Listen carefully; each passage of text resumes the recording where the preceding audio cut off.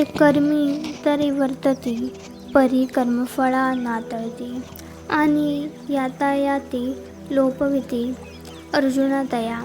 याचा अर्थ, जे कर्म तर करतात पण फळाची आशा धरीत नाहीत, म्हणून अर्जुना त्यांच्या जन्ममरणाच्या येरझारा बंद होतात. भगवंत म्हणतात, हे अर्जुना, कर्म करता करता चित्तशुद्धी झाली म्हणजे ब्रह्मज्ञान प्राप्ती होते. ती झाली म्हणजे कर्मफलाविषयी आसक्ती मिळूच उरत नाही. हे न समजल्यामुळे सामान्यजन कर्मफलच पुरुषार्थ मानतात. ते अज्ञानीजन कर्मलोभ लालसेमुळे बुद्धिहीन होतात. पण जे चित्तशुद्ध होतात त्यांची फलाशा नाहीशी होते. त्यांच्या ठिकाणी विवेक जागृत होतो. त्यालाच योगसिद्धी असे म्हणतात. योग म्हणजे जीव व परमात्मा याचे ऐक्य. याद्वारे अखंड ब्रह्मसाक्षात्कार होतो. त्याला कर्मफलाची अपेक्षाच राहत नाही. त्याला स्थितप्रज्ञ म्हणावे, माऊली म्हणावे. माऊली म्हणतात, मग अशा महात्म्याला जन्ममरणाच्या येरझारा बंद होतात. तो मुक्त होतो. ते बुद्धियोगाचे आचरण करणारे लोक अढळ पदास प्राप्त होतात. जन्ममृत्यूच्या फेऱ्यात अडकणे म्हणजे शोक, दुःख, यातना यांना सामोरे जाणे.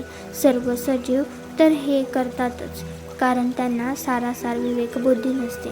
मनुष्य प्राण्याचे हेच खरे वैशिष्ट्य आहे की त्याला ईश्वराने सारासार विवेकबुद्धी दिलेली आहे. विषयभोग नियंत्रण शक्ती दिली आहे.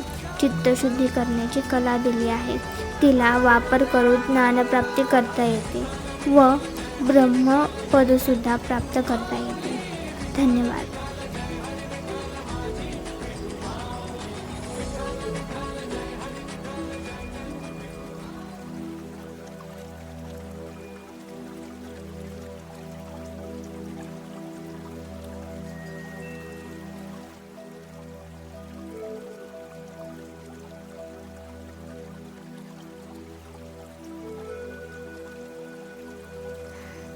समाधिमुखे केवळ जे बुद्धी होईल निश्चळ, ते पावसी तू सकळ योगस्थिती.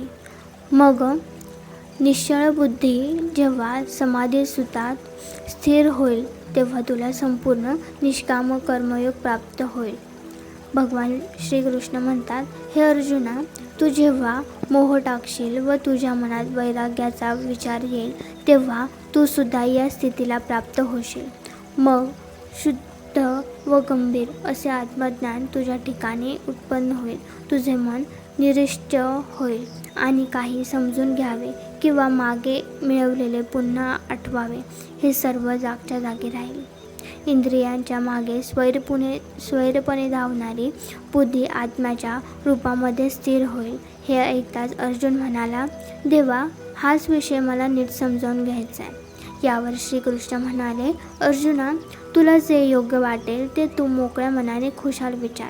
त्यावर अर्जुन म्हणाला, भगवंता, स्थितप्रज्ञ कोणास म्हणावे व तो स्थितप्रज्ञ कसा ओळखावा हे तू मला सांग.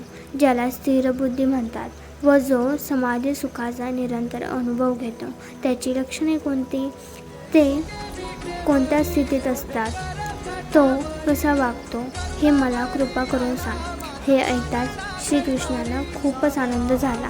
आपण जे सांगत आहोत त्यावर अर्जुन विचार करत आहे, समजावून घेत आहे.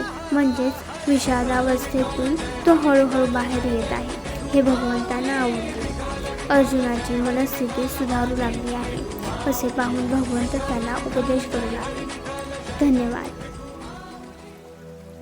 आयुष्य जर तुम्हाला मागे खेचत असेल तर तुम्ही नक्की पुढे जाणार आहात, कारण धनुष्याचा बाण लांब जाण्यासाठी आधी मागेच खेचावा लागतो.